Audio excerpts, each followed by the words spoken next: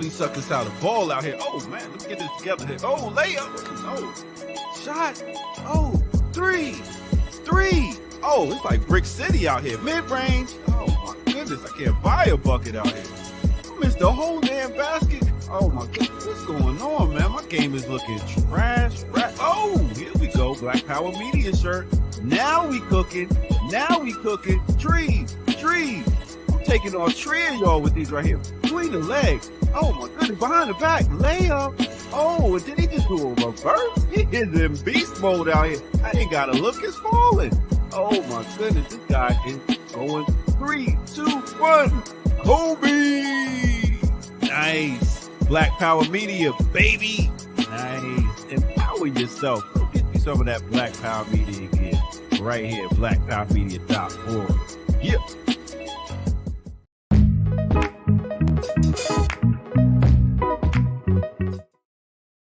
Saturday. Woo! With Renee. Hopefully you don't get in trouble if you sing it. If I sing it, do we get in trouble? Right. Cause Tommy Boy stayed in De La's pockets off of that last one. Rest in peace, Dave. And yeah, they snatched that immediately. I was like, oof, that didn't Renee take sent long the text. at It's all. gone. Because I got a text that was like, where'd it go? What happened? And I was like, I don't know. And then I looked and I was like, oof. So, but I did the best I could, you know, until we get it straight. You got to it as soon as you could, man. People got to live. So listen, everybody, please like, share, subscribe, join, support blackpowermedia.org for more. Put this in your socials. Let folks know that this is happening and what this is going down, as they say, as we're about to have a wonderful conversation, which I think is great, coming on the heels of the discussion we had yesterday with Dr. KanyeWest. It got a little, you know, uproarious. It was fun times. So from that so-called alternative presidential candidate, we have another one coming on with us in just a moment. And then later in the show, we also have a number of other things to get to, including the update on Ye and Adidas. Did you read the article? Did you read it? I did. Oh, I did. I'm ready. And I've had to read it twice because my highlights didn't save. So, and I think really the headline is, and this I think is a good tease, is that Jared is right. Jared was right. So to me, that's all I kept reading for about 1,000 words in this New York Times article was Jared told you. I feel like that's what you're always looking for. Oh. Jared was right. Oh. Okay, I got Jared colored glasses on. So, but okay, but given that time is limited, and of course we definitely have to make way for Warrior class at 1:00. And I want no drama. I just clarified the miscommunication recently, and I don't want no more beef with them. And I can't handle it. So, without further ado, running on the ticket for the Party for Socialism and Liberation for the presidential elections in the United States here in 2024. Back again, Claudia De La Cruz in the building with the fresh Dominican hair. Hair blow dry. Got it fresh from the beauty salon, the Dominican spot. Looking fly, well done. You know, I just gotta say, sometimes you gotta do what your moms tell you to do. You know, always. You have a lot of fights all over the place. You can't fight with your mama too. So I know a little bit, despite how it looks, I do know a little bit through the lives of my wife and daughters about the Dominican hair spot, and it's essential. And for special occasions, you got to hit it up. So one day we will do a whole special on that. And real quick, my favorite critique of once upon a time, my favorite critique of the Bill Cosby show was that they said you knew it was targeting a white audience because you never saw, despite all of the women in that show, you never saw any centering of them doing their hair. And I said, wow, what a fascinating criticism. Mm-hmm. I never, if you think, you could check it, but I thought that was an interesting way that they were saying you could tell who the target audience of that show actually was, like, because that should have been a bigger part of you're not feeling it, Renee? No? No, it's not. I'm literally like in my head, like, wait a minute. She's running the True. episode. Like I am. I'm like running in my head, like, you know what? That's really true. And I mean, that's wild. I think that there's a lot to be said about that, and we could actually just have there are research studies that have been done by Columbia University, actually, on the Dominican hair salon. Oh, really? Yeah. And there's a lot. There's a lot in terms of where people gather and what they talk about and what the purpose they serve, but also in terms of like the racism piece of it all too. And the colonial aspect of it too. So we could totally have a whole ass show talking about that. Okay. Because, yeah. There was research done. I will follow up. If you find it first, send it to me. I'm down with it. So as important as that is, though, I mean, it may very well be that there are other things more important happening in the world. Maybe. There's a lot of important things happening. It's been the worst, like a horrific 21 days for a lot of people. Yeah. So I guess the broad question I had, at least initially for you, was just to say, what is your campaign's response to these most recent developments in Palestine and elsewhere in the world, and how does your campaign situate? Do you think your campaign situates for us the way we should go forward politically, et cetera? I mean, I'm very proud to say that I am a member of a political party that supports the full liberation of Palestine and has always supported the full liberation of Palestine. And I think that would have been kind of a red line for me to be part of anything that did not support that. I've been doing campaigning and solidarity work around Palestine since I was a college student, and maybe a little bit before then. And so I understand, like the liberation of Palestine is very much connected to the liberation of humanity. And that's like point blank, like that's what it represents. Everything and anything that you can think about in terms of oppressed people is projected in the struggle for liberation in Palestine, from blockades to, living in an open air prison. And a lot of people think and say, well, they're not fully occupied. They don't have the military presence since 2016. But the reality is that when you're in prison, you don't need the prison guard with you in your prison cell. You're still in prison. They control the water. They control the electricity. They control the air you breathe. So you are in prison. And so for us, our approach has always been, again, the full liberation of the Palestinian people. I was out protesting on the 8th. We had a very large protest in solidarity of the resistance, October 8th in Times Square. And I was approached by, I think it was Fox 5. They didn't run it though. And the person said, what is your stance? And I started talking about the solidarity with the Palestinian people. And the person said, but do you support Hamas? Right? And I said, do you support an apartheid state that exploits, that oppresses, that kills baby and has been doing it for 75 years? And the lady just had a blank stare and walked away. Because that's the argument, that's the narrative. Like, do you support Hamas? Hamas is like it's a small part of a larger resistance coalition. And we need to put things into context. Like, I'm really happy that you all have been talking about Palestine in Black Power media, because it is so important to fight the disinformation war that comes with military war. Like, we need to have memory as a people. And I think our orientation is precisely that. We need to reclaim our historical memory. We need to know and think about, what did they tell us about Iraq? What did they tell us about Afghanistan? What did they tell us about Libya? Like, these are the same things that have been told to us. And if we want to go further, Nat Turner was a terrorist. Harriet Tubman was a terrorist. Mandela, when he was fighting apartheid in South Africa. He was a terrorist. The Black Panther Party, like all these folks that we have posters and we post about on social media and we read books about, and we understand that history has absolved them, have been labeled in the same way that the Palestinian movement has been labeled. And now there's an entire campaign to criminalize and persecute people who are in solidarity with Palestine. And we have to fight that. I mean, the Senate cannot agree on shit. And they sat down and passed a resolution condemning students for walking out in support of Palestine. They can't meet and agree on shit, but they can't agree on that.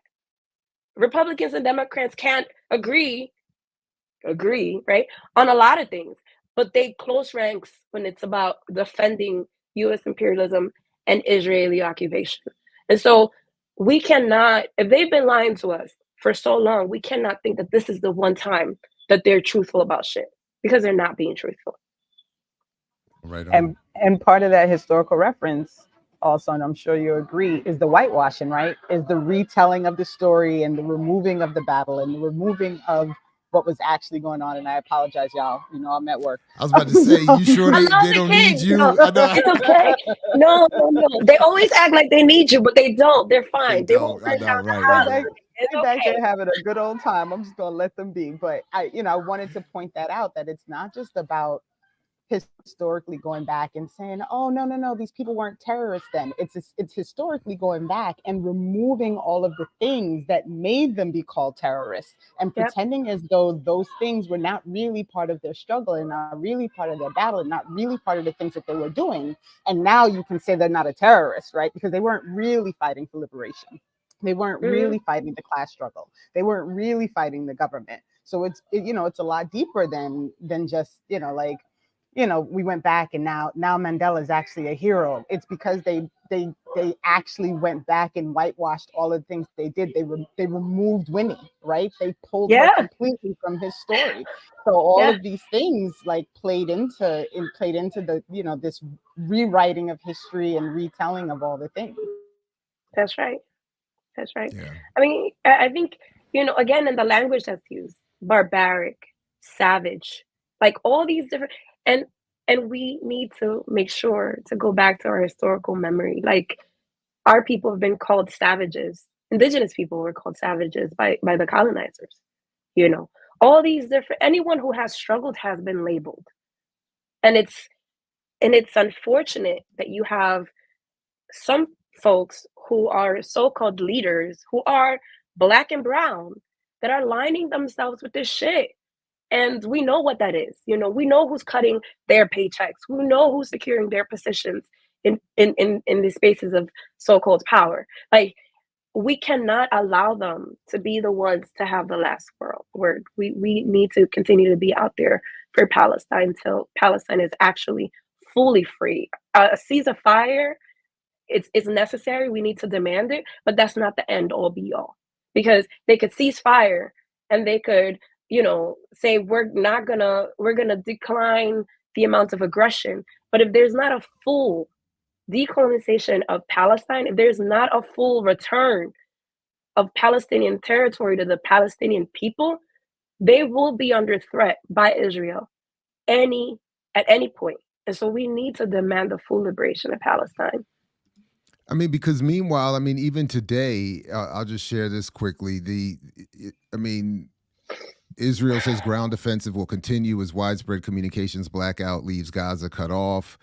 They're telling Gazans to move farther south, that staying north is putting them at risk, is increasing ground forces, move in.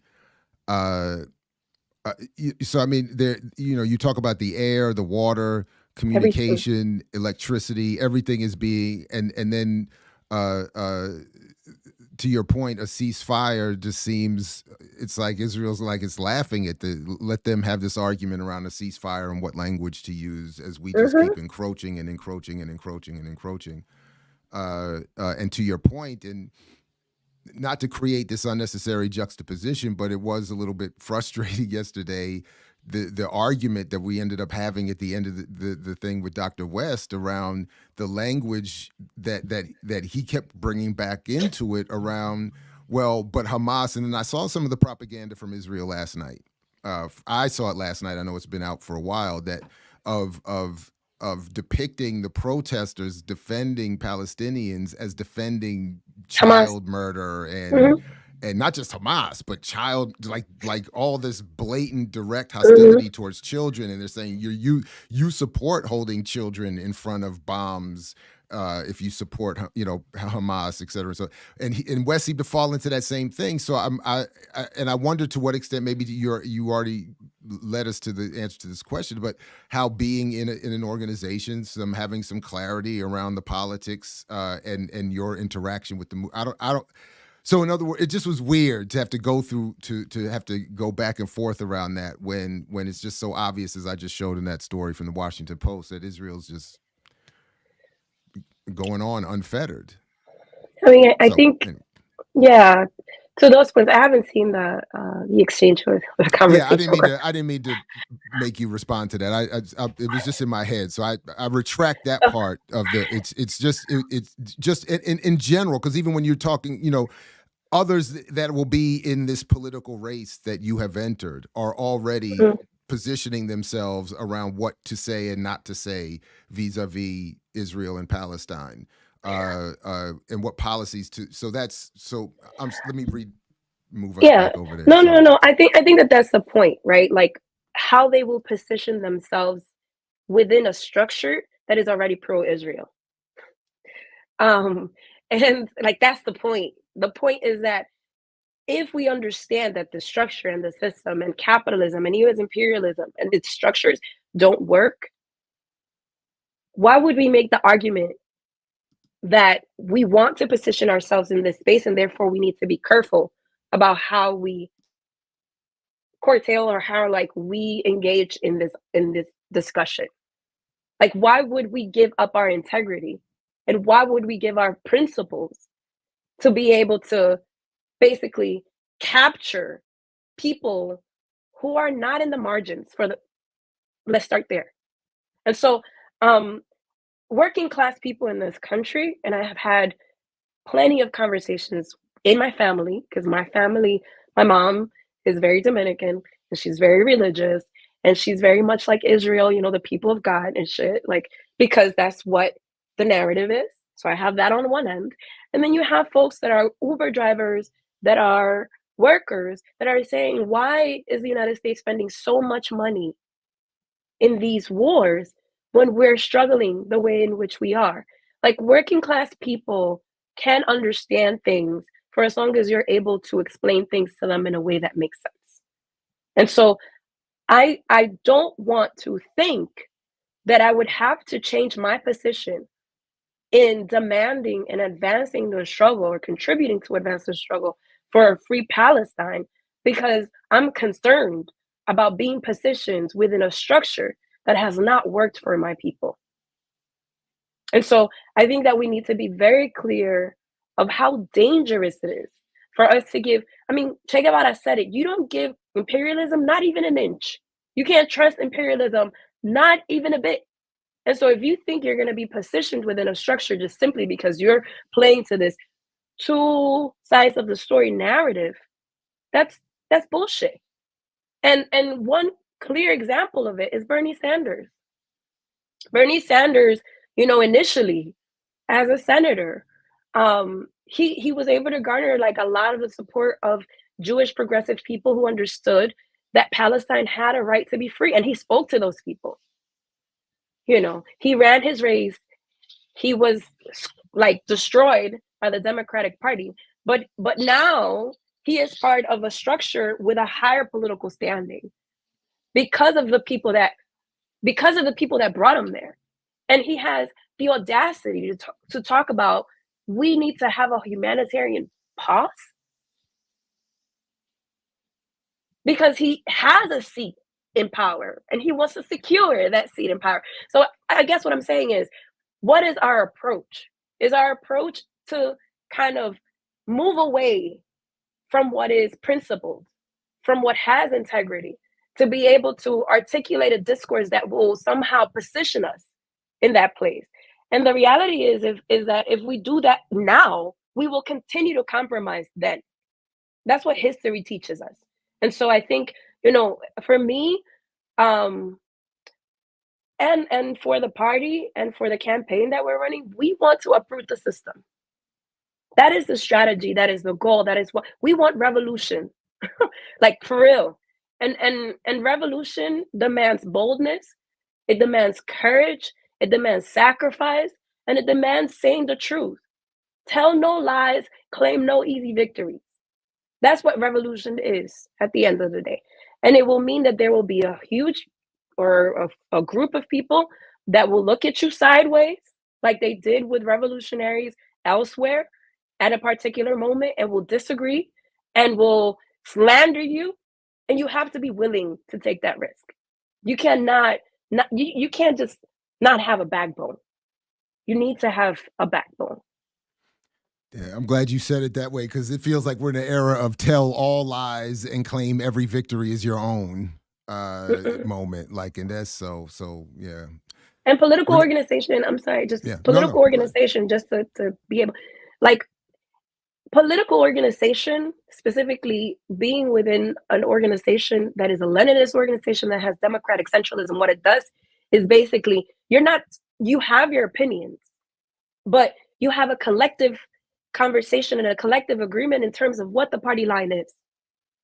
And if you have any gaps in your argument, you will debate and discuss it internally before you go out speaking off your butthole in public. Like you have to have a real discussion, a real conversation, a real debate that is based on history, that is based on facts, that is based on the dynamism of politics, to be able to come out and put out the party position.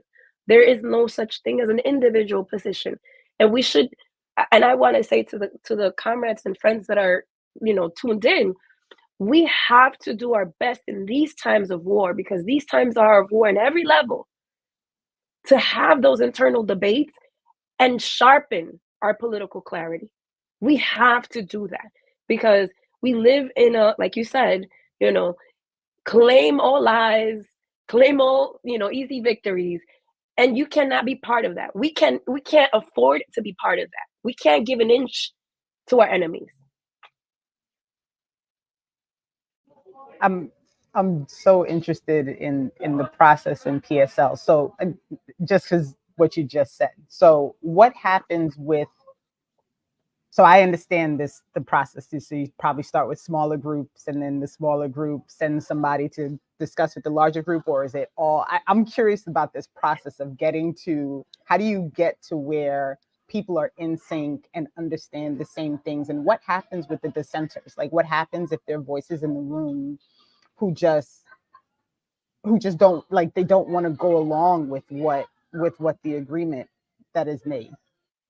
I mean, debate is motivated, like in terms of like people are encouraged to debate. Usually when there's space where everybody kind of agrees, there is a provocation, like for having folks, it's impossible for everybody to agree all the time. And it's actually unhealthy for everybody to agree all the time. I think it will take a longer time to kind of talk about, and we're not prone to talk about how we are internally organized because of political reasons and political security.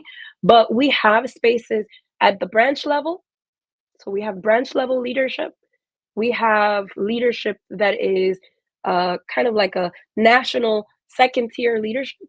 And then we have the central committee, which is basically an elected group of people by all those levels, that is representative of the whole body of what the party is. That group has an executive committee, which is given the authority to make decisions in a quicker manner, following the party line, than what the central committee would be, because the central committee obviously meets every so often, but nothing without consultation. There's always consultation at every level, What happens with the centers? Like, people again will disagree. There are moments where there are heated discussions, um, and through that struggle is where we gain conceptual unity. Because it does not mean that you would just simply side people or isolate people who don't agree. You need to engage in a conversation to understand where that disagreement comes from. And it's collectivized.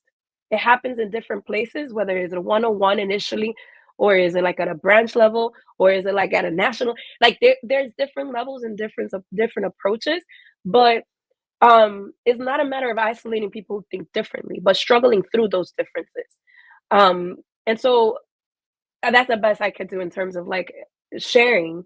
But it that struggle for conceptual unity is what builds the party stronger.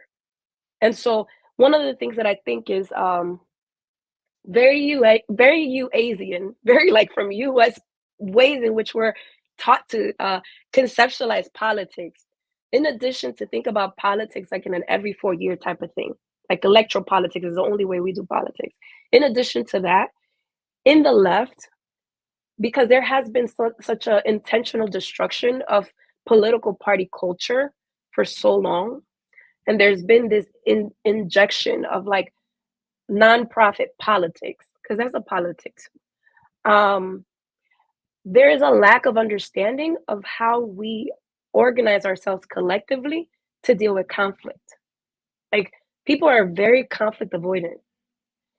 And we need to understand that there is positive conflict, that there is actually conflict that allows us to grow as people and grow as organizations. Like, I have said this before, I've never been in a space as an individual. Like, I've always belonged to some sort of organization grounded in a Marxist Leninist socialist politic. And those spaces have allowed me to grow and sharpen my understanding of the world, because I've been wrong many times. And I've opened my mouth without, Mao used to say, no, no investigation, no right to speak. Well, I sometimes, when you're young, you speak a lot and you've done not a little bit of investigation. And I've been in spaces where I'm just like, I think this way, and comrades are like, actually, historically, like, and we debate. And the worst thing you could do is be wrong and be loud. You gotta make sure you got your facts right. You cannot be wrong and be loud. And so I've always been told, to look at history, nothing disconnected from history, to look at the material conditions, to look at the economy, and look at the whole picture. And that has allowed me as a person to grow and sharpen my whole understanding of politics way more than I could have done it on my own. And so I will always be the one to defend political organization, and I will always be the one to defend organized struggle, because without it, I wouldn't be the person I am today. I just, as an outsider looking in, and having only a sort of minimal experience, I do want to say, Claudia, you said you can't talk. There's some things you can't talk about in terms of the organization of the PSL. My experience, even though it worked against me personally, is that I think the PSL has it right for how they organize. That the process to join, the process to speak on behalf of the party, or I think is exactly what others should, to the extent possible, learn and emulate, because I don't see it as the same in other entities, and I think that there's a problem with that. So I just wanted to. Did I ask you? Do you remember if I asked you the last time you were here about? You mentioned Bernie, and I'm always, every time I hear Bernie Sanders referenced, I always want to ask this question, because I've been really troubled by his presence these last really 10, 15 years, and I don't see it as a net positive the way many others do. So I don't know if I've asked you this before. I don't mean to repeat it if I did, but I'm always curious, and then I'm sorry if I forgot the answer because I don't remember. But that from an actual socialist's perspective, actually building actual socialist movements, do you all see, is there a PSL sort of party approach to how Bernie's presence on the scene has been, because I tend to think that these sort of neoliberal versions or democratic socialism don't really popularize socialism in the way it should be, and therefore it doesn't actually get encouraged the way it should be. Does that make sense? And Yeah. is that, Yeah. The question makes, and you didn't ask me before. Okay, good. But I'm happy you asked now. I think for us, like, so one thing that I'm part of my work is also in international spaces, and so we had to speak to a lot of different folks who saw Bernie's campaign in the positive light. And in those like strategic international conversations and also domestic conversations as a party, we understood that Bernie's kind of like popping into the scene had a couple of good things. And I'll share what those couple of good things were. He was able to harness, like he was able to mobilize a good group of progressive organizations that may not have called themselves socialists at that time, but were objectively working with working class people with bread and butter issues. And he garnered that support massively from a lot of organizations because of the progressive, platform and all these different things. Another thing that we thought was positive and that we had discussed in our just general analysis was that for the first time in many decades, he made the word socialism, or his campaign, I can't say him, but his campaign made the word socialism something that people wanted to be attached to. Like, brought it back. Because as we know in this country, the second religion is anti-communism and anti-socialism. And something happened, between the 70s, 80s, and 90s. Now, I would dare to say more sharply post, the defeat of the USSR, where people did not want to be connected for many reasons to socialism. And it was declared as the end of an era. And this is where we see a lot of like neoliberal politics and neoliberal ideology and neoliberal like cultural and social projects like nonprofits take the space of political organizations. And so in this particular moment, when Bernie comes in the scene as a potential presidential candidate, there's a lot of re-energizing something, maybe not in the ways that we would have wanted, not in the most radical and revolutionary ways, but in a very passive but strong way. Like, it needs to be admitted. What happens after the 2020 bashing of his campaign, and like, let's just put Hillary there, is that there were a lot of young people who were left demoralized. And a lot of young people that were saying like, this cannot be it, because we cannot be funneled into the Democratic Party again. And there were a lot of those young people actually wrote to the PSL. A lot of young people who started applying at that. We saw one of our largest growth spurts in 2020, not only around the issue of George Floyd, but also around just how demoralized they were from the whole process of having campaigned and having thought that they were actually engaged in a political revolution because that's how it was sold to them, and understanding that that was in it, And I think as the years have advanced, more and more these folks have understood Bernie's role within the Democratic Party. And so I say all of this to say, kind of in that sequence, that we know what revolutionary looks like. We know what left looks like, because right now left is a broad tent and people talk about the left in a very like weird way. I wasn't raised that way, so I can't, it's not my thing. But it's becoming clearer and clearer. And the issue of Palestine is clarifying things even more for people. And so I think, one thing we learned from the Marxist tradition is to look at history in motion and look at where the state of struggle is. And unfortunately, the state of struggle in the United States is not at its stronger peak. It hasn't been for a long time. And so to be able to understand what happened with Bernie's like presidential campaign and what it did was basically help in some ways bring folks together, under a progressive banner that then kind of dissolved and moved some into a more revolutionary space and some to a more, we're not going to be engaged in politics anymore. And so some have stayed the course, so that's how we understand. All right. Okay. I'll defer to your judgment on that. I'll just stay in my little corner on that one. I don't know why all of a sudden you were afraid to speak up. It's just not an issue. I actually, yeah, sorry. No, it's okay. I actually followed Bernie and the whole thing, and then I was really, really like triply annoyed in 2020. And I feel like I'm trying to find the best way to explain it. I feel like what was actually sold was a false idea of socialism, and that's why it became so acceptable. And then as people started to understand what socialism really was, right? Then it went, people went back to being afraid of it and to speaking against it. And, I wonder sometimes the harm versus good in selling the false socialism just to be able to say, well, people were more accepting of the word. Because if you're more accepting of the word, but it's because you don't understand what it really means, are you actually more accepting of it, right? Like, am I making sense?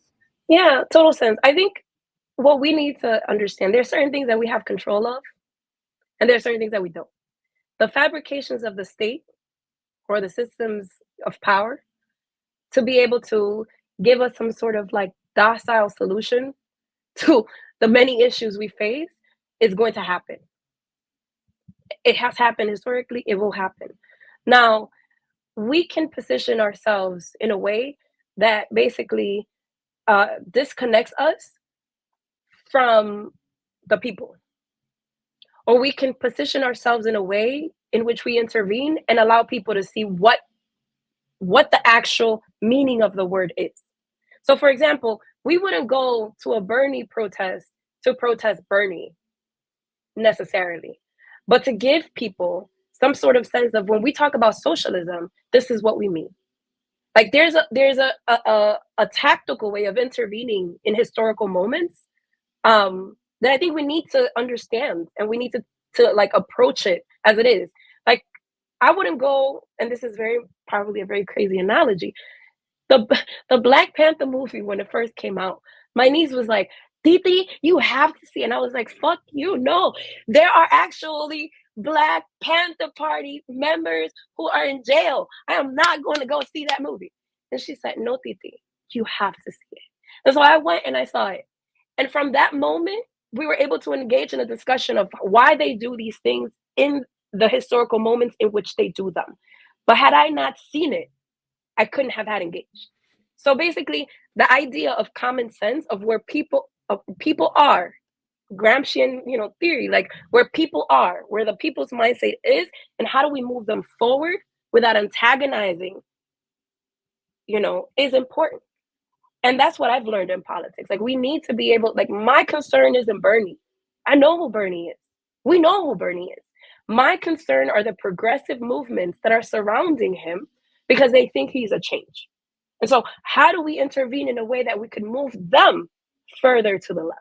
And I think that's and I'm sorry for the French too. I get excited and then no, it's all good. But that's for me is the trick bag of it all. And the only reason, and the reason I didn't know, I didn't want to necessarily bog us down on this, but that because to the Black Panther film example that you raised, if there's not an overt condemnation of it as calling it out for what I think it is here to do, to negate the work of actual Panthers, or in Bernie's case, actual socialists, then it leaves all this room for people to be confused about what socialism means, what real organization looks like, that they wouldn't have seen, as I thought it was predictable well in advance that he would cave in front of Biden and them, that going forward, especially in his post campaign with his book, with his statements, it does feel more and more like an attempt to negate the work that you represent, and that's so. And I don't know exactly how to draw that line, because I find my own experience is there's often confusion around why I would be critical of those who are in Black spaces as opposed to someone else. And I'm saying because they're falsely representing a politic that we're trying to organize around.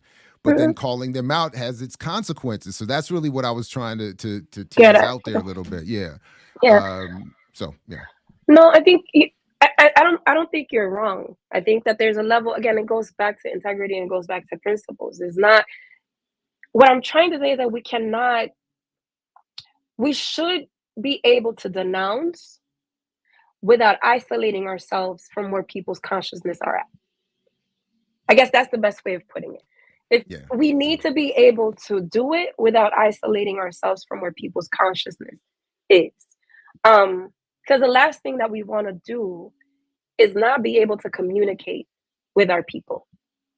And so in one way that I learned also in my just political practice of not isolating myself is precisely being able to, from a place of principle, articulate what the significant differences are, and you actually teach people by doing. We could denounce till we go blue in the face, but if we don't have a project to connect people to, it's going to be very difficult for people to see what that difference is and how it looks different and how it operates differently. And so for us as a party, going back to like the party, because I have, these are work conversations, what would be our approach to this was specifically not trying to isolate ourselves from the masses of people. Like, we need to be in conversation with our people. And so if there is a desire for people to know what socialism is, to be able to dig into the history of socialism in this country, we could position ourselves as a resource. And we can also position ourselves as a political project. But we do not want to isolate ourselves from these different movements. And so I think it's very important to take into consideration the context in which we are. We are in a context that highly weaponizes identity. We're in a context that highly weaponizes emotions.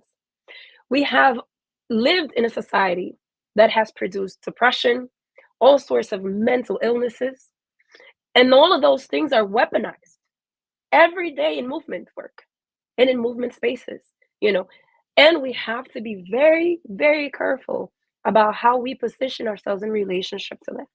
Because if we don't, then what we contribute to is the further dismemberment of our movement. We have to be really clear where we are. It's not where we want to be. And so we have to approach things in that way. Right on. Thank you. So funny enough, one of my questions was, so what does the work look like with regard to other organizations? So like, I'm Green Party in the state of New Jersey. That was a choice for me to like pick something that was not wobbly. It was intentional. And so, you've been a conversation on our calls. And so, and the reason for that is because you were so clear in your focus, right? You're so clear in why you're doing the things you're doing, the reason behind it, what you're trying to do, what your real, like your overall goal is, right? So I'm curious, what's the work look like between organizations to try and see if people can work together towards that end, right? Like, obviously Green Party has its own issues, but like, how do we bridge that gap? Because I feel like that's the piece of it that often gets missed in the mix of all these things, right? Like, everybody's in their silo doing their thing, trying to talk to different people, trying to coordinate.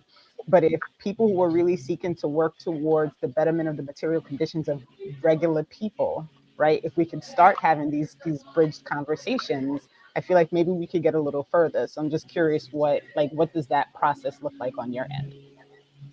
I think, for the PSL and for me also, like we've always worked in coalition spaces and we've always worked with other organizations. I think that there's a certain respect, because there's different types of political instruments, right? Like there's a mass organizations.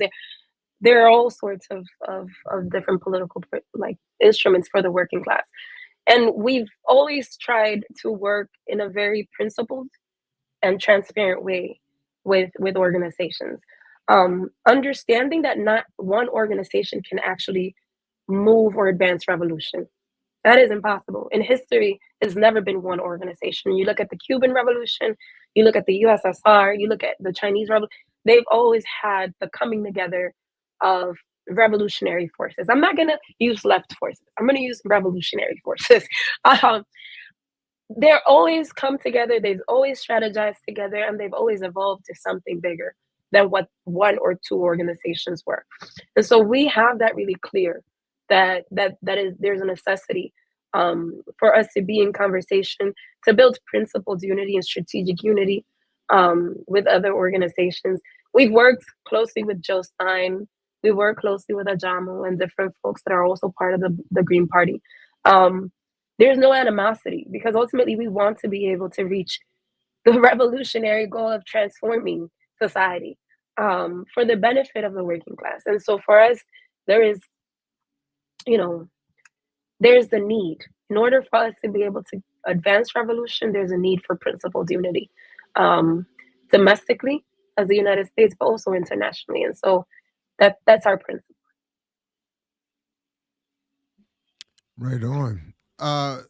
So the only other question I have, given the time that we have left, and then Renee, I'll leave if you have any, is I'm working through still Socialist Reconstruction book, and I'm just wondering to what extent that is an overt part of your campaign and as an organizing tool, because I think that it would be a good one, to the extent it's not already, in helping people get a better understanding of what not only the PSL is, but what socialism really means, per our last sort of conversation. So, is it an overt part of the? Yeah, sorry, go ahead. No, the Socialist Reconstruction actually is, just so you know, we have a full facilitator's guide. We have presentation, like we have an actual like study material with the book.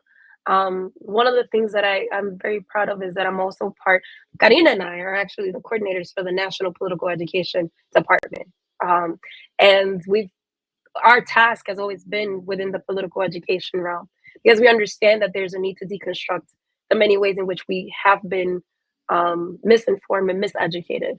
And so for us, the Socialist Reconstruction is a resource that we are instructed nationwide as a party to utilize in being able to popularize what socialism is, and popularize in the sense of how do we allow our people, our working class people, to take ownership of the word socialism, to take ownership of the vision of a socialist future.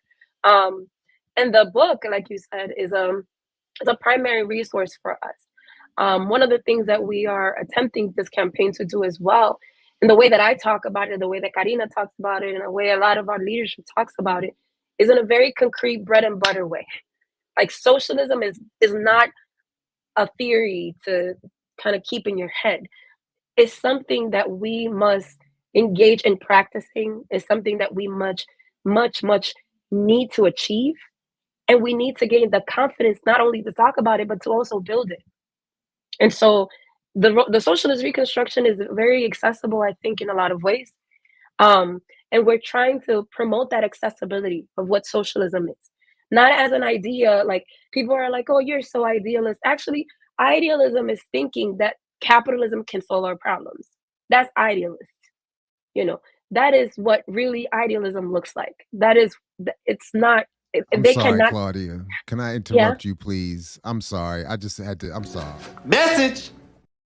And I blame StreamYard for the setup that makes me have to do it that way. But I apologize for the interruption.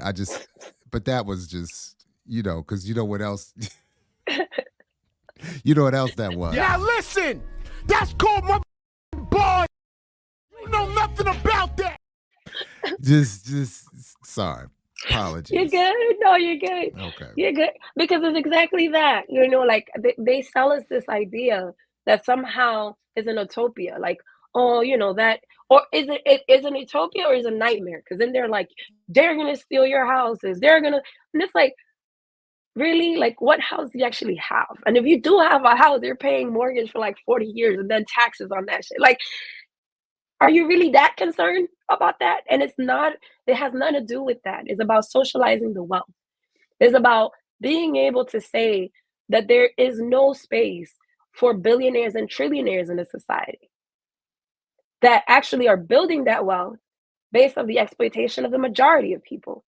It's saying there's no reason why the United States should be giving Israel, which might as well be the 51st state of the United States, $4 billion every year. Just out of like the New York State budget, there's close to $300 million that go into those $4 billion. And we don't got enough money to like redo the MTA, and you gotta charge us more money to do nothing about the MTA? Like, that's bananas. It's crazy. Our people understand that. That is the way that we need to be talking about socialism. Very simple. We have the right to land, to bread, to work, like, period. We have the right to everything that we produce. And that is something that working class people understand. That is socialism. Whatever lies you've heard and whatever miscontextualization of socialism there is, we will have time to debunk all of that. But let's talk about socialism in the ways that we like, that are practical, that are real, that are historical, that are factual, not about something that could be achieved 10 years from now, but that could be achieved right now in this country. It could. All right, so I need to know presentations, guidebook, like, help us out, because I'm not PSL, but I can run a teach in like a minute if I have the resources. So how do we clue into this to bring this education to other spaces? Because you're only one person, right? So you can't do all of them. Only one person. But how do we get plugged in so we can spread the wealth?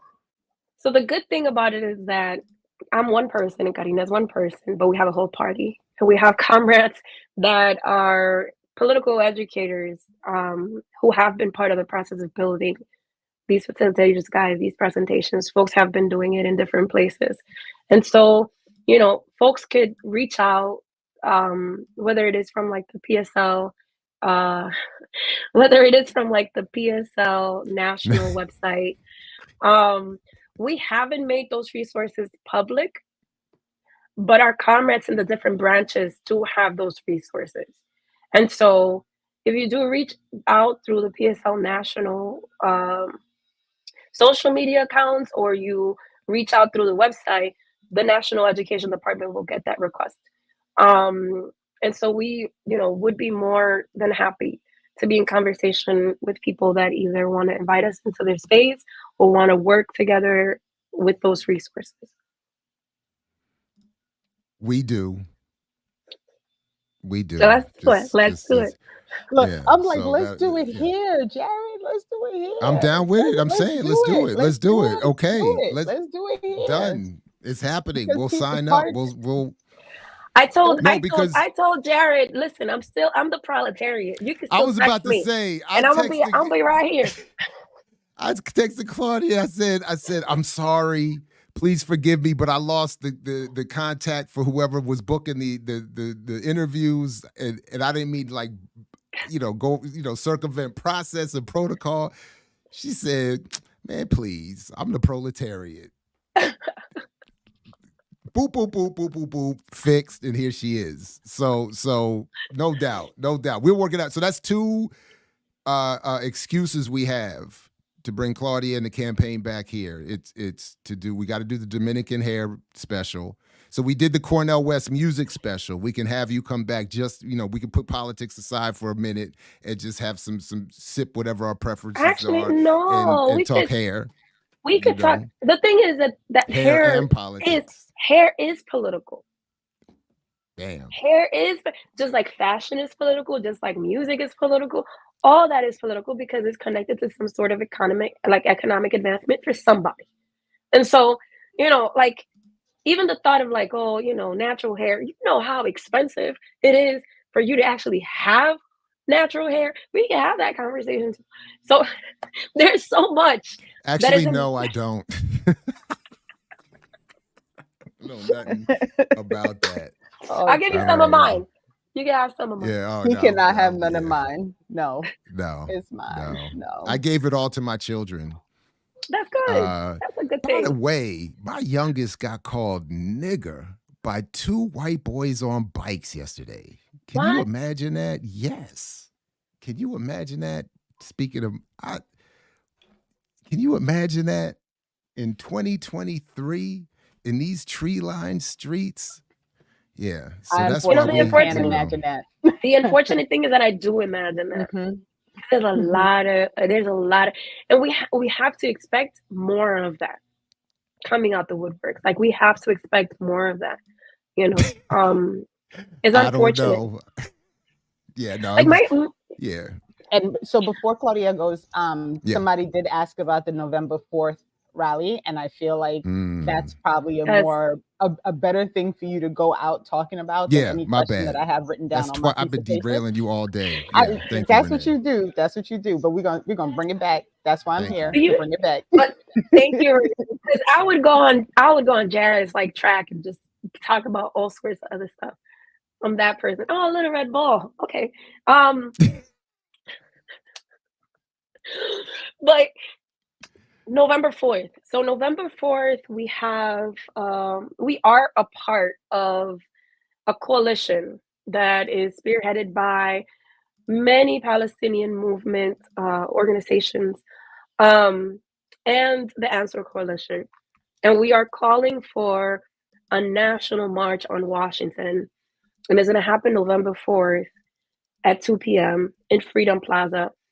We are committed to bring hundreds of thousands of people to Washington, D.C. to demand an immediate end to the aggression on Palestinian people, to demand an end of the 17-year-old siege on Gaza, to demand an end to the occupation, the full freedom of Palestine. We believe is an urgent moment for all of us. Yesterday, as Jared was sharing, there was a complete blackout on Gaza, precisely so that we wouldn't see the atrocities that the Israeli state is committing.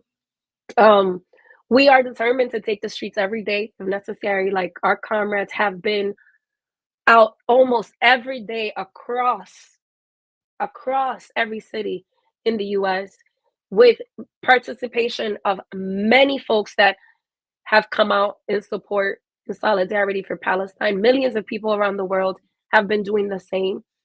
We have to continue to put the pressure on. That's the only way that we will, stop this genocide from continuing, because this genocidal actions are reaching Holocaust proportions. This is what we're seeing, and we're seeing it in like real time. And so for us, this march on November 4th is urgent, is necessary, and is obviously not the one thing that we will do and stop. We will continue to take the streets as much as we can, and we will continue to take every space demanding the freedom of Palestine. Right on. Thank you very much. Claudia, thank you very much. It's always a pleasure. We appreciate you. And we're going to be in touch very shortly. Because I can't even tell you. This has been such a pleasure. I appreciate it. I'm like fired up. Right? There's nothing that fires me up more than like an excuse to plan some shit. So, and just to be clear, if anybody is still confused after all of this, it's only because you just don't read, beloved.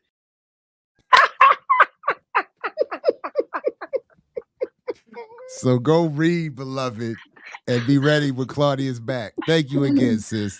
Take Thank care. Bye. Thank you. you. Peace, peace, peace. Enjoy. Oh, she's Listen, dope, yo. oh man, no question. Renee, with your permission, I thought, if with your permission, can we take a 2-minute quick break and actually hear from her running mate as a Yes, quick segue to get ready to talk about a couple things? let's I do would it. appreciate that. That's So perfect. Actually, it gives me a chance to walk back to where I'm supposed to be.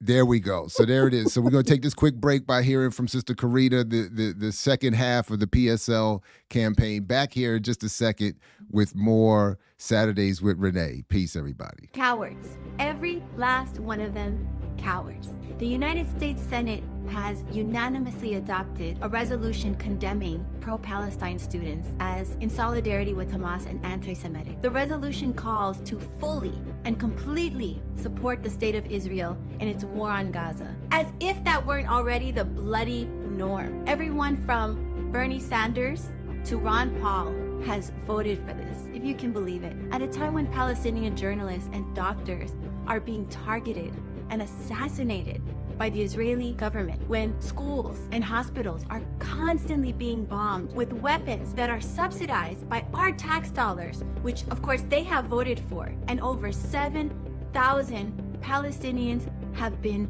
murdered, over 3,000 of them being children. And the best thing that these worthless politicians can do right now is sign a symbolic declaration condemning students, condemning young people, because they refuse to support the genocide of the Palestinian people, because they refuse to support this endless war against them. These people should be ashamed of themselves. And to the students who have been protesting and walking out every day for the last few weeks, who are standing up to the propaganda and defying the dictates of the war machine, we say, keep going, keep building. We are with you, and you make all of us proud. The ruling class always condemns the people who stand up to foreign occupation, who stand up to oppression. They call them terrorists, but they are the ones who are starving millions. They are the ones who have bombed millions. They are the terrorists. And we will not be silent about these crimes. Free Gaza, free Palestine, end the occupation. Only when the Palestinian people are free can we be free as well.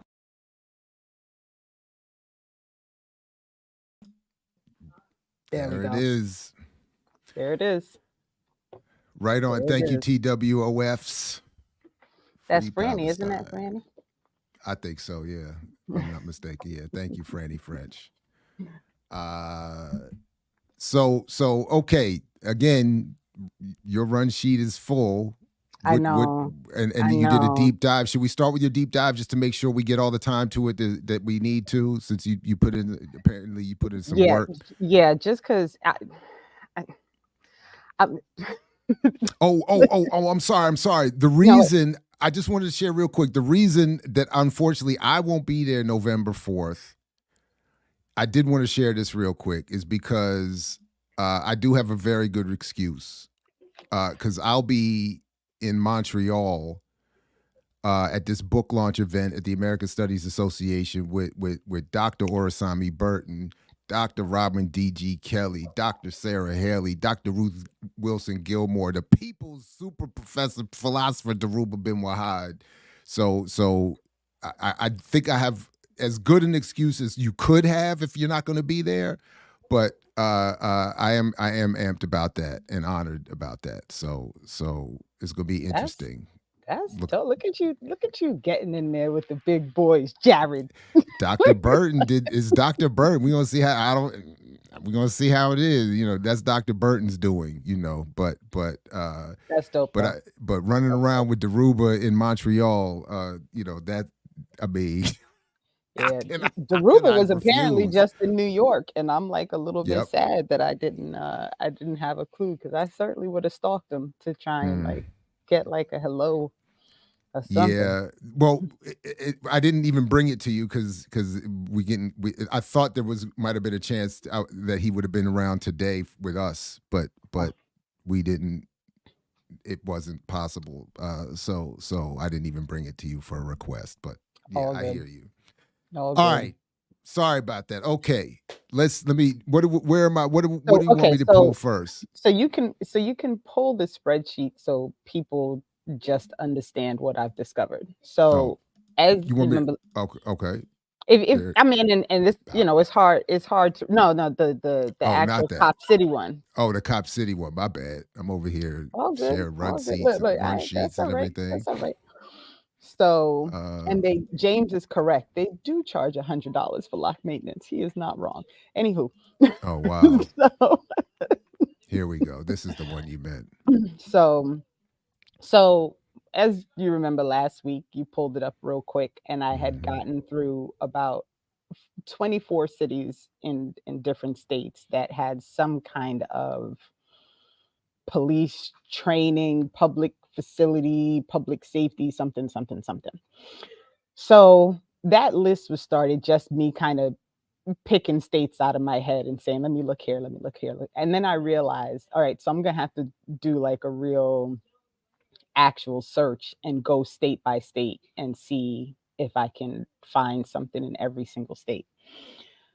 So what is scary is what I've found is there are only 3 states that I could not find any information on anything being built, designed, planned, funded, Damn. something, anything. 3 states in the entire country, 3 states. So the scary part of this, and this is, I'm gonna have to go back in and really go city by Vermont. city. I'm sorry. So, like the whitest state in the union doesn't is Couldn't find anything. Now, some of them Bernie. some of them prior to, so what started me on this journey, so let me just explain how I got here, was what felt like a real push since 2020 to rebuild the police state here.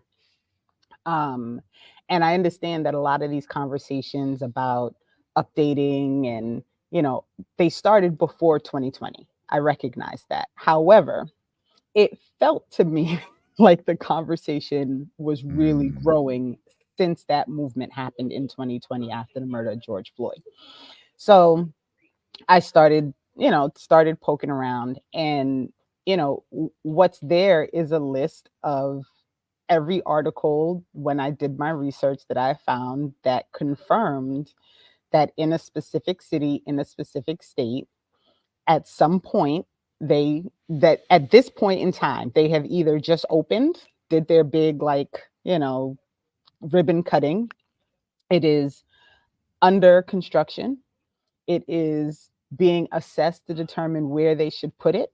They are planning already, paying millions of dollars to architectural firms, working on bonds. I mean, everywhere I went, and I'm that person with the rabbit hole, right? Like, if you give me something and I start digging, I'm going to dig until I find and get my answer. So in some places, they're building communication centers, right? So, but as you start looking at what's going to be in this communication center, it's the FBI. It's so why do you need all of this, right? And so I just really, I am disturbed by what I find to be evidence that we are living within a country that is building out the means to be a fully unified police state. Because if everywhere you go, something like this is available to support, to give, give equipment to train, right? Police officers, I'm like floored by this, right? And I honestly, I'll be honest, when I went into it, I knew I'd find a lot of them, right? I did not think I would find 47 of them. I really did not. Of the 47, I believe 5 of them, hold on, let me check my notes. 5 of them were actually built prior to 2020, like, they were already in the process in 2020. So I don't want to say they're all because of what happened in 2020, right? They're also not all these massive things, like what's being planned in Atlanta or in Newark or in Baltimore. But they are all in some way, shape, or form something that's being built in order to support and grow the police state, every one of them. And there are a lot of police foundations and associations behind them.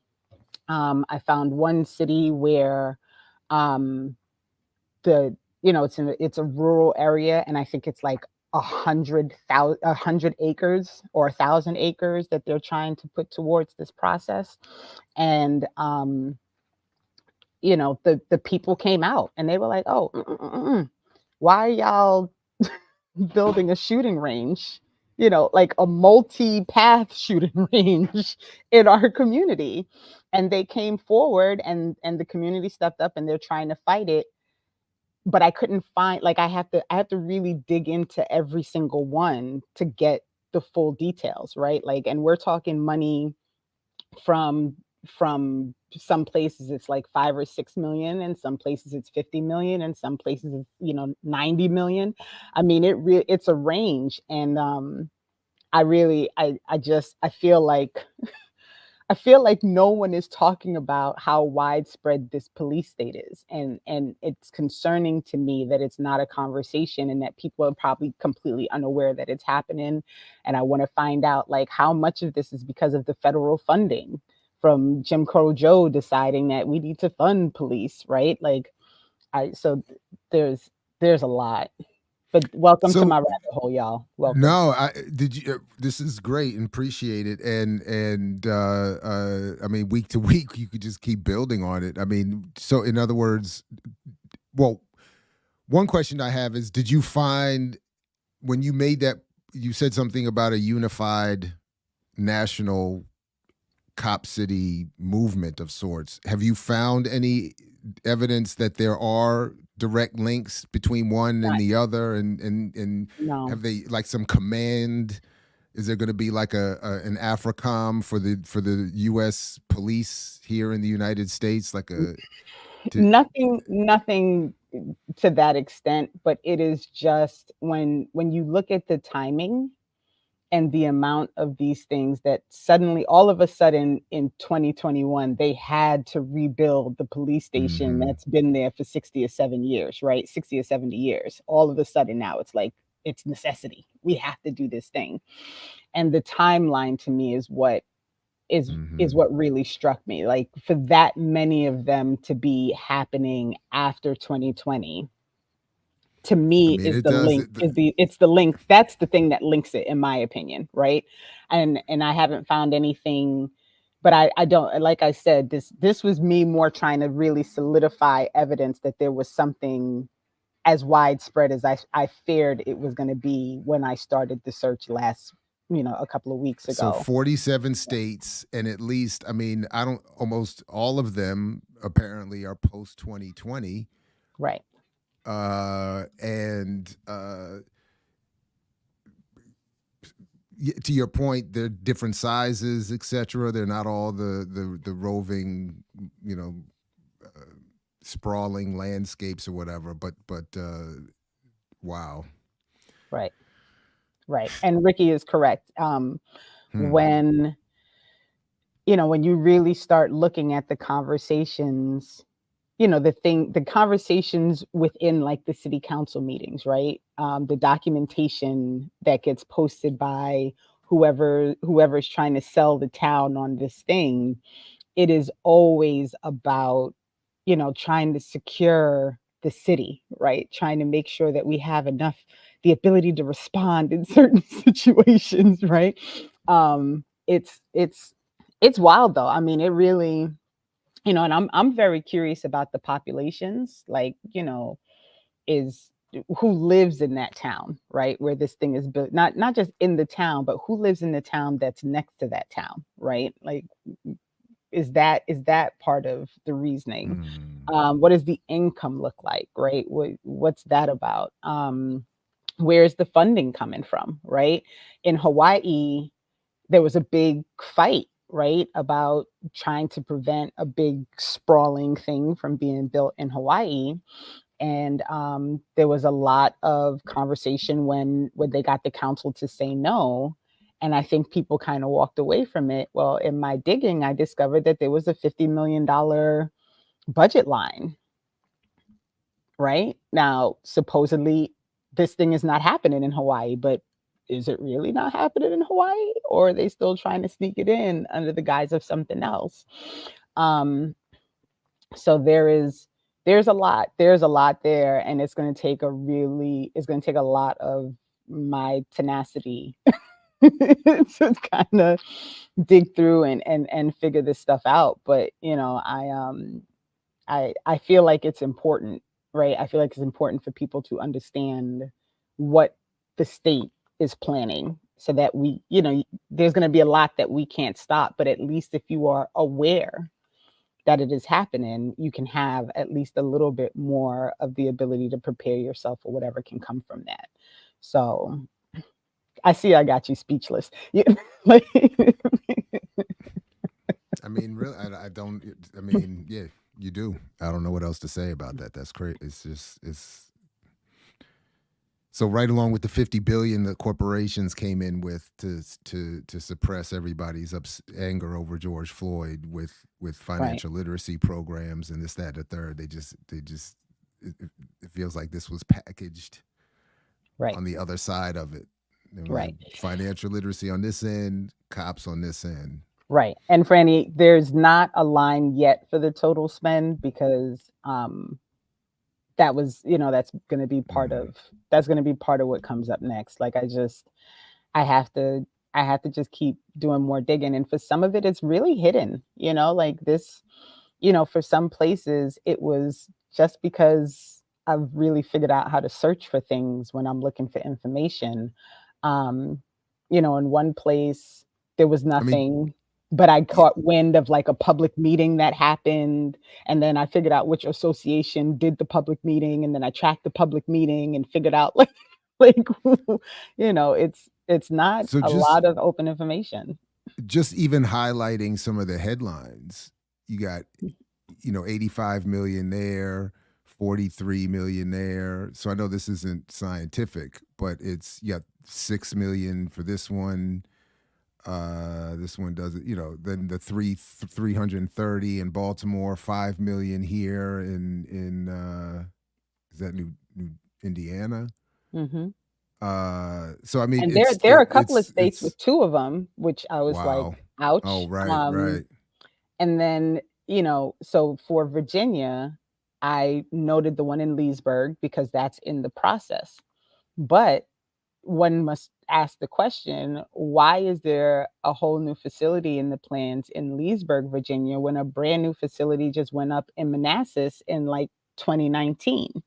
So then you have to start asking the question, well, is it because Manassas is like, 31 miles from DC, but Leesburg is like 40 miles from DC? So if you really need to, push a whole group, you have people coming from opposite directions. And those are questions that people have to ask. And I didn't put Manassas on there because it was built before, it was done and built and up and running before 2020. But I thought it was in my mind, the fact that Leesburg is now in the process of building one, I have to say, just a heads up, there's one that's less than 40 miles away in Manassas, Virginia, that just got built, a few years ago. So this Dallas story, in the context of them getting $1 billion, or the city of Dallas plans $1 billion in public improvement bond referendum in 2024. The police are asking for $465 million. But it doesn't say exactly what. So we have $1 billion and probably $3 billion, a $3 billion problem as far as facilities go, said the Dallas Police Association president, Mike Mata. So from their perspective, $465 million is pennies compared to the $3 billion that they think they need in terms of their facilities. Right. So I don't know, like, would you have to, and I don't mean to be, but I mean, or whatever, is picayune the right word for this? But my daughters are trying to do SATs, so I don't, there's a lot going on around here. But but would there, so for instance, to as Kalanji might say, to play cracker's advocate, if I was to say, well, Renee, they want 465 million for facilities, how do we know what exact amount and is going to go to a facility meant specifically for training engagement in the community, as opposed to it's clear. It's clear in the article. Need a new No, it's clear. It's clear in the article. Is it? Oh yeah. Okay. If it's going to, and they're doing the training facilities so that they can beef up their recruits and bring more people in, they're clear that that's what they're doing. If they're building gun ranges and, storage units, and it's there. I mean, I just didn't, the time that it's going to take me to lay all of this out. No, I know. And I don't mean, but I'm like, it doesn't, because they're just even using the word facilities. So I'm just wondering if they're going to try to say, well, if we redo the bathroom, you can't say that that's militarizing the police or something like that. But that's right. But they could try, but I'm, when I really, and it's probably going to take me a few weeks, and somebody asked if I could share the spreadsheet, I'm going to hold on sharing the spreadsheet with anybody. If somebody wants to have a direct link to the article that's specific to their space, you are welcome to reach out to me. That's my Twitter handle. There's a link down there for my website and my Substack, and you're welcome to reach out and ask for whatever whatever town you have an interest in, and I can send you the article link for the thing that I found. But it's it's very clear what they're trying to do. And you can add pens to the budget. right. And it is there, you put that up about the pools and the gyms and the recreational areas and all those things, but those links are to full facilities. None of those links are because they're adding a room or they're adding a wing, right? Like, it's all, we are either rebuilding our full facility somewhere else, or we're tearing the old facility down and building a new one, or we're tearing down what used to be a school, which is happening in one more place, and we're building it into a police. Like, none of those articles are about, like, adding a bathroom and something. It's something bigger, which is why it stood out to me. I look forward to the developing rabbit hole experience, because this is, as you said, is bananas. This is some wild stuff. It's wild. Yeah. My mother texted me this morning, like, I had nightmares waiting for you to tell me what the final number was going to be. And I was like, I had nightmares looking it up. Like, it's just, yeah. Creative experiments. These are not prisons. These are police departments, public safety facilities, which is something that I find a lot of places did. They couched in the police, the fire department, and EMT services all together, so they could call it public safety, even though there's a gun range going to be available in the space. So I'm going to do my due diligence and go through and I'll do the money line specifically, because that's important to know how much money we're talking about, especially in a space where people can't have the material conditions taken care of. People are living on the street, people don't have food, and the city is putting millions of dollars into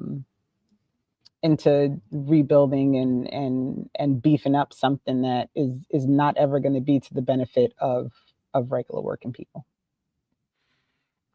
Well, check this out. We'll have to, something else to stay tuned with is that there are at least two people who think that I should run for the opening congressional seat that Sarbanes is leaving here in Maryland, in my congressional district. that John Sarbanes said he's retiring, and there is at least 2 people now saying that they think I should run for that. I can't. So, I told you the revolution started from the Hickory Ridge Village Board to. Can you imagine? I laughed at the email in the email. I was like, "You all are funny." I was like, but that I can't. Can you imagine that? No, you know what's so hard? Like, and That would be I actually got a bananas. call asking to run for something, and the reality of the situation is the government is not ready for real.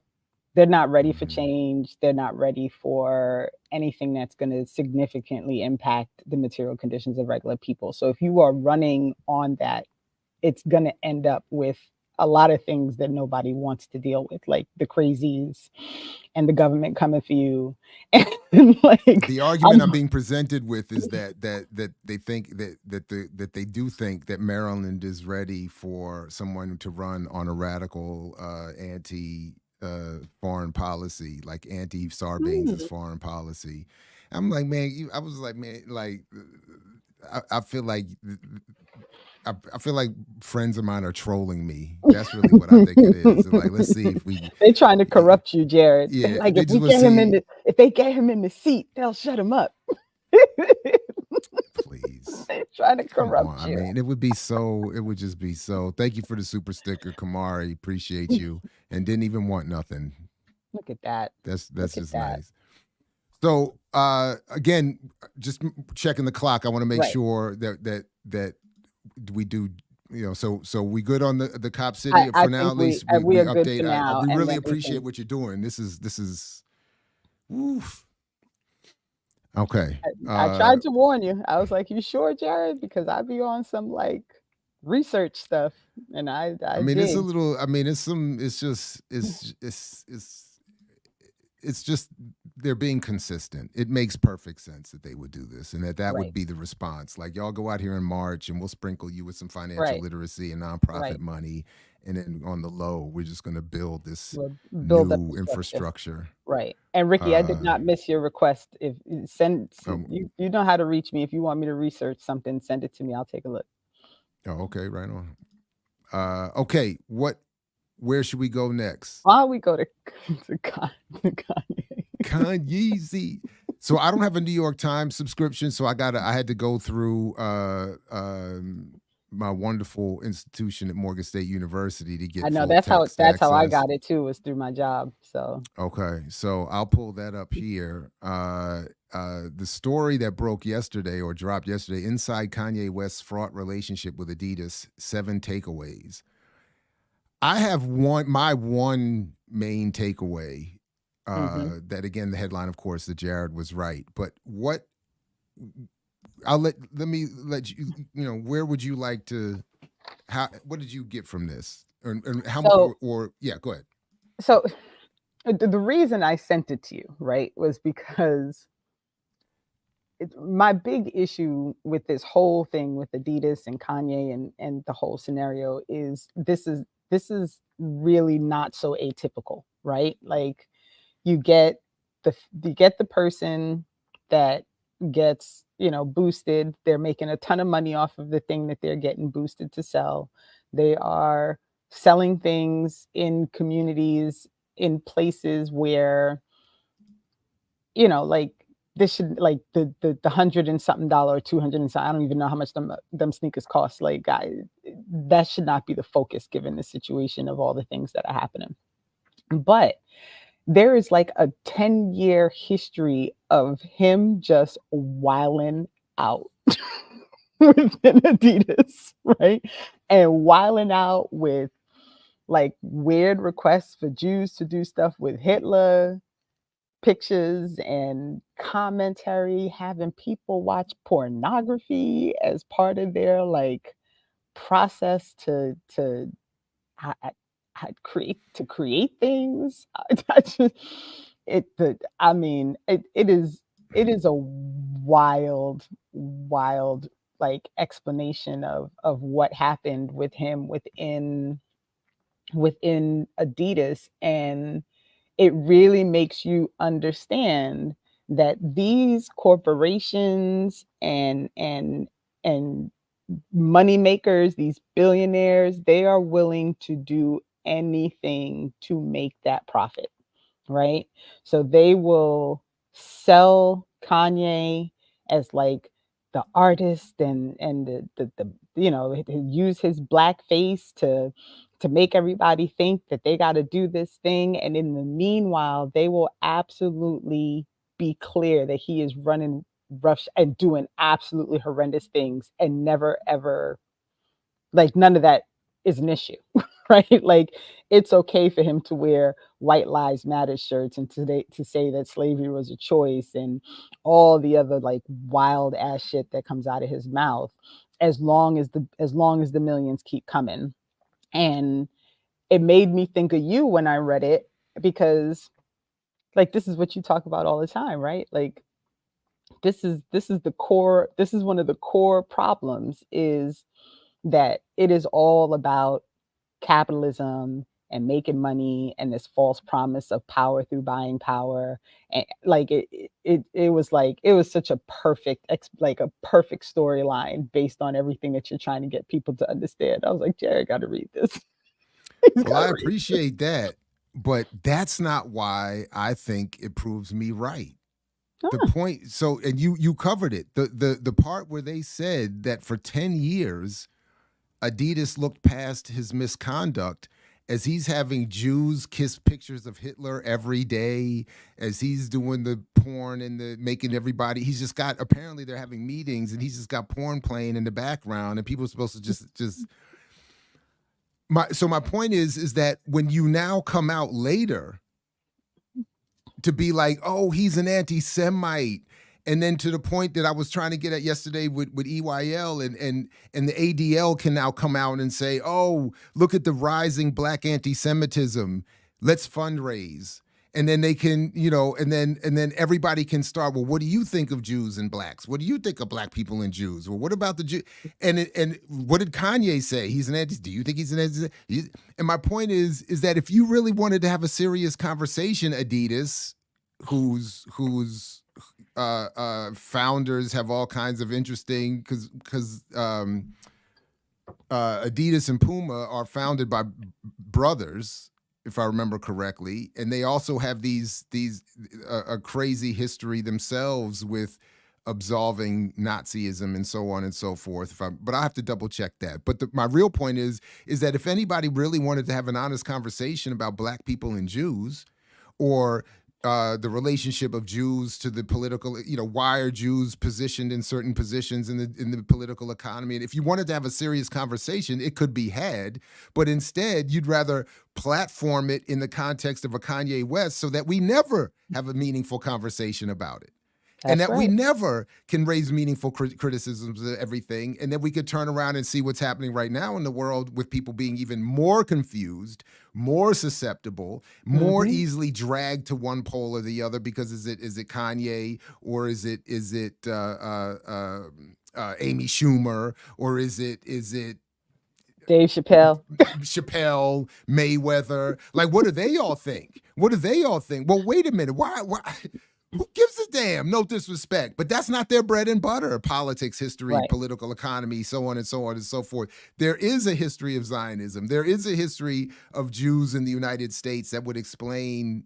And so my point is, we could do all of these things without the vitriol and the ignorance and the confusion. But no, they want that. So when I'm reading this, I'm like, yeah, you loved it until it finally just burst through everything. It was just too much. That was the last straw. But then as they say at the end, they all come right back.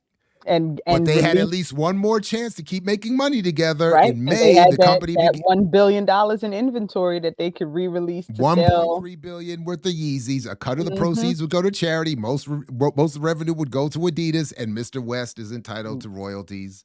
That's right. Too. So yeah, I'm like, so y'all made us, we got to go through all of this madness about Jews, black, anti-Semitism, oh. And then at the end of the day, you all walk off with each other's money. Right. Yep. That's what I was saying. I was like, so mind blowing. I It's didn't even get to my mind-blowing. own buying power stuff with this. I was just like, yo, this is just such nonsense. He's doing all of that for 10 years. 10 years. And you don't say a word. Nothing. It was making money. It was making money. They're not going to say it. And it's, it's amazing to me. Not amazing to me. Let me not say it that way. It is always an interesting thing to point out how willing people are to let shit go as long as they're going to make money from it. And then they make money from the opposite. Mm-hmm. Oh, we're losing money because he got caught saying something wild. Well, let's all get out here and condemn him for anti-Semitism, right. and we'll make money off of that on the back end. We'll change, right. We'll make political currency with it by having it distract anybody from meaningful criticisms of Zionism or colonialism or capitalism or buying power or race or class, right. or pick one. Right. Pick one. Yeah, yep. that was like you, and then the New York Times gets to come out here and get more spin covering the story. Like you slick, you. Mm-hmm. We've got years of text messages and email. And then my daughter's getting called niggers in front of her school. Like, what y'all doing about that? Wild. I don't even care about nothing else. I can't even, yeah. I got nothing on that one. I mean, it's just, yeah. And it's gonna, it's gonna keep happening. This is like the unfortunate. And these are middle schoolers types. I think. Oh yeah. So their parents. It's the parents. Somebody asked where the kids at. I don't give a damn where the kids at. Where the parents at? You did that. Definitely. But sorry, Eddie. But yeah. Yeah, but fix that New York Times, fix that Adidas, worried about Kanye and whatever his nonsense is while y'all still out here making money. And I feel like 200 is low for those shoes. I feel like I've heard they were way more than that. You know what? Listen, I'm trying not to get myself in trouble here. I don't know. I don't own none. I ain't buying none. And so yeah, I have no idea. Somebody said 400 in the chat, so I'll take that as informational. Yeah. Must be crazy. Listen. Must be crazy. Just on general purpose. Listen, I own sneakers that don't have one emblem on them. Nothing. They're like just plain old, like people are like, what kind of sneakers? I don't know. They sneakers. They comfortable. I mean, I won't front. I might be a step up from that, but I'm not. Nah. Listen, I have not bought a pair of, and not that I don't own sneakers with stuff on them, but I found sneakers that were comfortable and they didn't have no brand on them. And I was like, you know what? I can rock these. I'm good with that. But I have not bought a pair of sneakers outside of an outlet store in 15 years, probably. Like literally in 15 years. I don't, yeah. Now I may look. I might have some Air Max. I still might have a pair of my old Air Maxes because I tend to keep stuff. Like I have shoes. I still have my diesels from when I was like in grad, working back in the day in the 20s when I used to think like spending money on shoes was a good thing. But no, for real, Ricky. No, but they sell Air Maxes at the outlet. I'm just not paying full price for nothing. I'll buy the Air Max that came out 3 years ago at the outlet store for $45 because it's on sale. So listen real quick because I'm looking. I just want to. I don't want to get any more trouble. Okay. And I see you have KanyeWest on there, and I know we started this with the post-West wrap up with the Renee post-West rap. Did you want to have a version of that now, a post-West? We could do a quick one because I think people really saw some of the problems yesterday, right? I actually posted something that just said, there's still a lot of questions, and Jackie, gotta love Jackie. She was like, I'm out. I'm not I'm not participating in this anymore. And I was like, I know why. Because that was a really hard conversation for people who really wanted him to be firm on the side of revolutionary struggle. And and so he was very two-sidesy, very like both sides, which I don't know why people were surprised by, because he's always been very both sides. He's always been guided by who he was talking to in the moment. And not that he doesn't have like a core stance of, wanting things to be right and supporting, like no understanding the struggle of poor people and understanding what oppression looks like and understanding the Black revolutionary struggle. It's not that he does not understand those things, but the way he answers questions and the way he addresses certain things is 100% guided by who he is talking to in that moment. And I think he got kind of a surprise yesterday, to be honest. I think y'all, yeah, It was the Nat Turner. I couldn't get over yeah, the that Nat was Turner rough. question for me. I just couldn't take it. It was too Yeah, much. that was It a was rough too one. much. That was a rough one. And But Kamal set yeah. that up. I mean, he is such a damn lawyer, man. He set that up. And I saw it coming, and I was like, Wes, you don't see this coming? Yeah. Yeah. And I think he did, and I think he welcomed it. It's like he welcomed the bus running him over. I was like, you walked out in traffic and welcomed, like stood out in front of the truck, like, and yeah. but maybe I'll speak for myself. I think what may have added to some of my confusion or naivete was that I am caught up maybe with this particular version of the moment, because in my lifetime I don't recall the Palestinian Israeli, I'm not even going to say that, I don't recall the settler colonial occupation of Palestine, the contradictions being this clear, with this level of where so many in the Western world are from all out, go kill every last one of them, to, well, I'm just not going to do a cease, that kind of, like, it's just been so brash. And the pro-Israeli propaganda push that has been coming with it. So in other words, I would have expected him to step up a little bit more from, to your point, where he has been traditionally, and then especially when asked, I mean, I just was looking at it, and it was like the slow motion punch that you're just like, you don't see this? You just go put your chin out there like that? Yeah. I was like, wow. Yeah. But it was, you know what, I'm really glad though, because this the whole point of a lot of these things, and I think often people miss the point and the purpose. The point and the purpose is not to tell people what to do. The point and the purpose is to present all of the information that you can present to people so they can make up their own mind about what they want to do, right? And I think sometimes people get so caught up in how you phrase the question and how you do the thing, right? And they're missing that you're getting valid information. So for me, that conversation should, for a lot of people, given them something else to consider as they determine whether or not this is the type of candidate they want to get behind, right? And it's not about saying don't get behind him or support him or don't support him. It's about saying, listen to the question, listen to the answer, and determine for yourself whether or not this is something that you feel like truly aligns with the things that are important to you, so that you can move forward based on that decision. And I think sometimes people, they get so wrapped up in, well, why'd you have to ask that thing?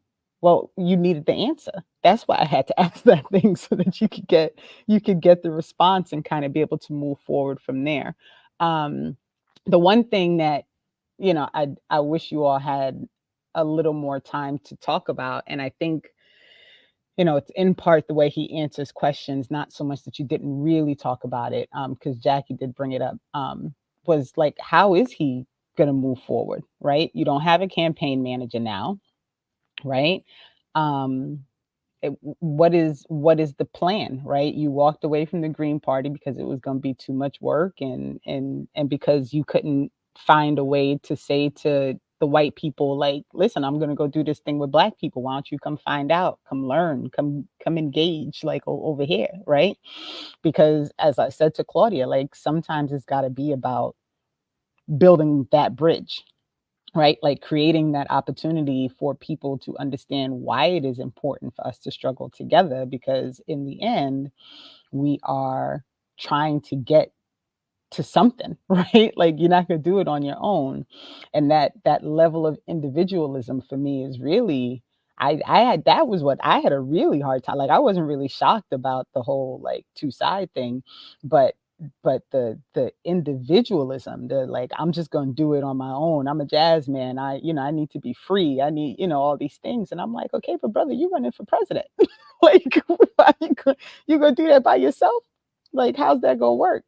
And That's a good point. right. And funny enough, it's the same question that I've been asking over and over again, and people have been getting mad at me for asking over and over again. And but it needs to be asked. And Monty, now I don't know if somebody answered in the chat, but Peter Dow stepped down. He said his PTSD, and I don't know what that feels like to grow up in a place where bombs are dropping. And so that's it. But I mean, it's that's West's tweet, and then Peter Dow retweeted it saying, "Thank you, brother West." Saying, but yeah, that was the version that I heard, that Dow was saying that growing up in Beirut created a level of PTSD that he can't overcome at this point, given the uprising in Palestine.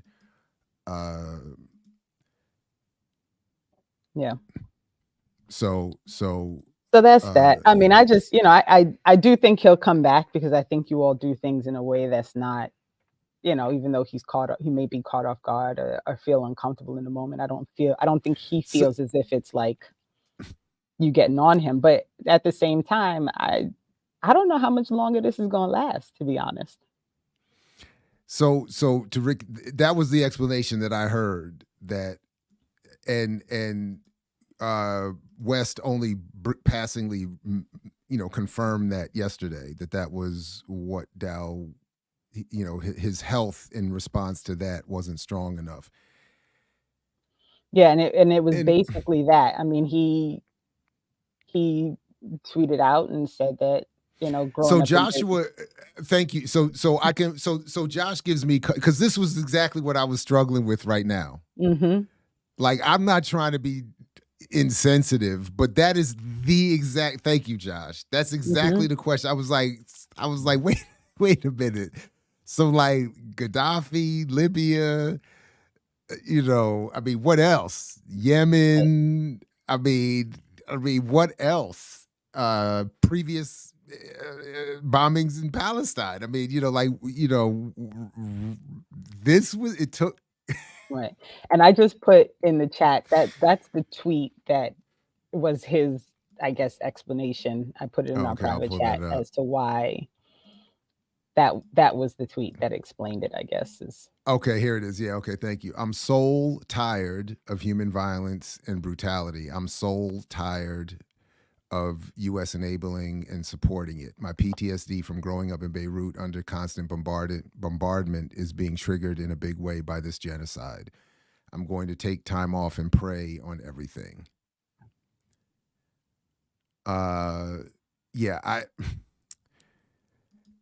The very first thought I had because I had read that the other day, before even the one that Josh brought up, because that was the thought I just had now. But the first thought I had when I first saw that was that this is to borrow my daughter's phrasing, it's giving I'm retiring to spend more time with my family vibes from the old sports world. Like right. I'm about to get in trouble, I'm about to get caught, or I want more money, or whatever. So and there's a lot of messiness happening. I wish him well. Yeah, there's a lot of messiness happening behind the scenes there, and I've never been a part of any volunteer group. I've not gone to any meetings. Johnny's in the chat. He has been part of some interesting conversations, and so I just I want to I want to caution people to just really try to be a little more receptive to the fact that people are providing information for a reason, right? Like I don't like I don't ask questions because like I just want to spin in circles and ask questions. I ask questions because I want people to see the question and to get the answer, and then to be able to kind of sit with that answer and make an appropriate response in their own lives based on what they get. You know what I mean? And so it's it's been interesting. It's definitely been interesting. So Okay, well, if anything else you you want to don't get to real mind, quick? No, I yeah, don't. just real What's quick, up? and I just a minute. So I I went silent on a lot of stuff because that's my way. My mother has taught me that silence is golden, and silence is often the best way to move forward through any kind of issue. I want to tell the audience, and I've said this to you, that, and probably in hindsight, I should have maybe known better. If I had understood what was going to be the result of what I brought here on Saturdays, I might have really like backtracked, and I don't want to say I wouldn't have done it, because I try to walk in honesty, right? And I try to speak my truth and to be honest in all things. But maybe I would have thought through how I did that and how I handled it a little differently, just because the intention in all things is never to become a distraction, right? Like that's never the goal in anything, is to become part of a distraction. The goal is always to present information, to provide information, and to actually get people to understand what they're being distracted by, so that they can focus on the thing that's actually more important to focus on. Um, and so I I just wanted to make that clear, because I don't have like a big platform. I don't have tens of thousands of followers on Twitter, right? Like I'm a relatively like small voice in the grand scheme of things. And it is very hard to walk the line of being defending yourself and just being defensive, right? And so I've been trying to like carefully walk a line as I listen and see people really like attack who I am, and attack my character, and attack like the person that I've been for all these years, and talk about my son, and like it's been a little bit of a wild ride, I gotta say. And but I wanted to say that because I feel like I haven't had an opportunity to say it. And it's, for me, a lot of what I do is because there's a lot of stuff that you can say like that's a personal beef. But for me, if things are happening that are counterproductive to the overall mission of helping people move forward, helping people to learn, giving people educational opportunities, giving people ways to get information, that type of thing, and something is happening that is going to be a distraction from that, that's going to be a block to that, that's going to redirect people away from those things, I feel like I feel like I should say something, right? Like it's kind of like you should be able to say like, you know, I this is going to affect something in the grander scheme. If people are looking or watching the wrong thing, or thinking the wrong thing, or doing the wrong thing, because they're basing it off of an inappropriate or wrong, or just bad analysis, right? So that's always how I try to do things, and I really do it with sincerity. It's not an effort to like cause drama and to bust things up and all this stuff. So I don't know if I needed to say all of that, but I felt like I should say all of that, and so I haven't had an opportunity to do that, so I just wanted to. to your point, when we spoke privately, the one thing I'll share that I said was that I don't think you owe us or anyone that, but I appreciate it. And I'll just say I don't think anybody hasn't done. I haven't seen any of us do anything inconsistent with the mission of this platform, even in our imperfections. What I have seen is others expose themselves as being disingenuous, insincere, and unprincipled in their response to principled criticism. So if or on my part, I'll admit lighthearted jokes. So like nothing, nobody was out here talking about people's personal lives. So it's not so to the point, it wasn't personal as I understood it. You had a critique.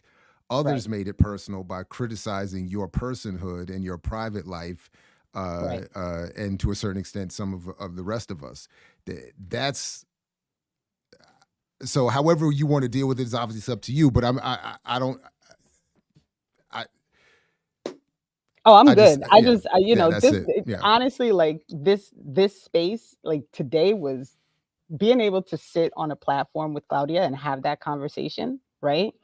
To be able to share the nights that I've been like falling in this rabbit hole looking up these Cop City articles, like that to me is the important thing. But I have to, as a person who I know who I am, right?